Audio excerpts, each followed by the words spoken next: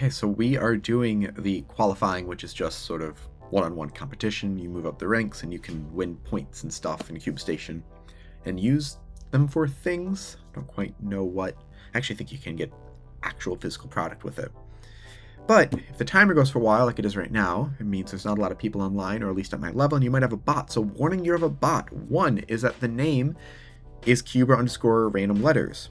Number two, the score is pretty close to you. So mine's 1021 and theirs is 1026. Warning number three is that their scrambling is very robotic. Every move is just kind of evenly spaced out.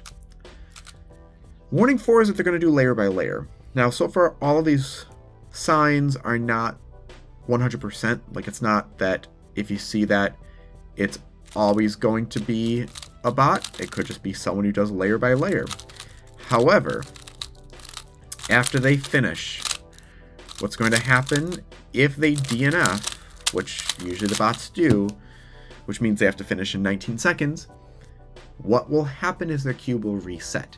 If it's not a bot, their cube won't reset. They'll get a scramble that will scramble their cube from where their cube is at that moment. So that way they don't need to wait to solve it to finish the average of 5. So in the next 3 seconds we'll find out, and we have a bot. So it's completely fine. I'm fine with that. They don't want to have someone who's at a really low number up against someone who's 1021.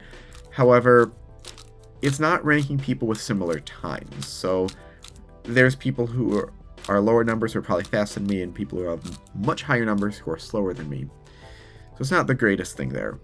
And after 2 DNFs, you just get to finish your solves without any pauses there.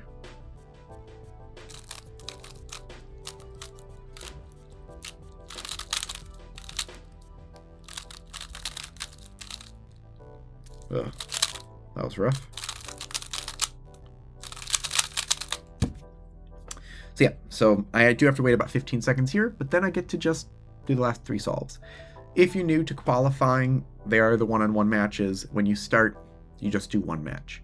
As you get more points, you'll do 3, and they do a mean of 3. So you could win 2 out of the 3 matches, but still lose overall if the mean is higher. And I learned that the hard way. First time, I won 2 out of the 3 matches, but still lost overall. For 5, I actually don't know if they average all 5 or they take out the fastest and the slowest. I haven't really checked that out yet. We could check it at the end of this. But yeah, that's just how you know you have a bot. And not a bad thing. I'm actually perfectly fine with bots in the game.